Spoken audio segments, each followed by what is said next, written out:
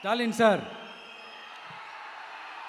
இந்த தேர்தலுக்கு அப்புறம் நீங்க தோத்ததுக்கு அப்புறம் எப்படிலாம் ஃபீல் பண்ண போறீங்கன்னு கொஞ்சம் சொல்லவா?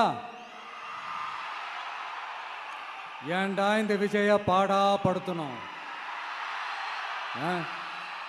ஏன்டா இந்த விஜய வேதனைப்படுத்தணும்? ஏன்டா இந்த விஜய்க்கு எதிராக சதி செஞ்சோம்?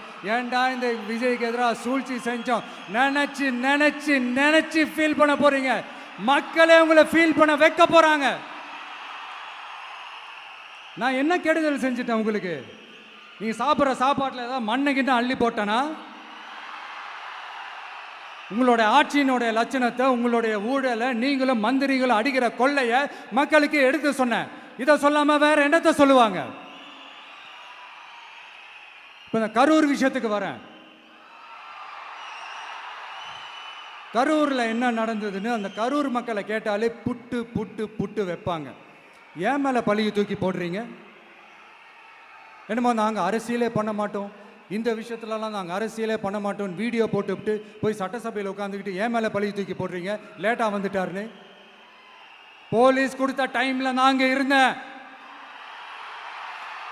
நாமக்கல்லேருந்து கரூர் வர வழியில இருந்த மக்கள் எல்லாரையும் நான் என்ன அம்போன்னு விட்டுட்டு வர சொல்றீங்களா?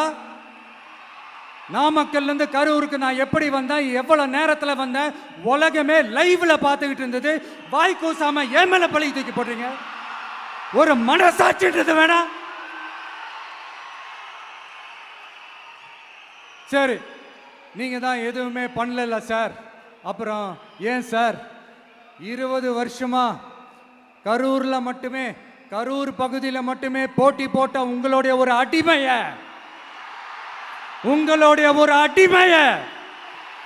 ஏன் கோயம்புத்தூர் வரைக்கும் ஓட வச்சீங்க?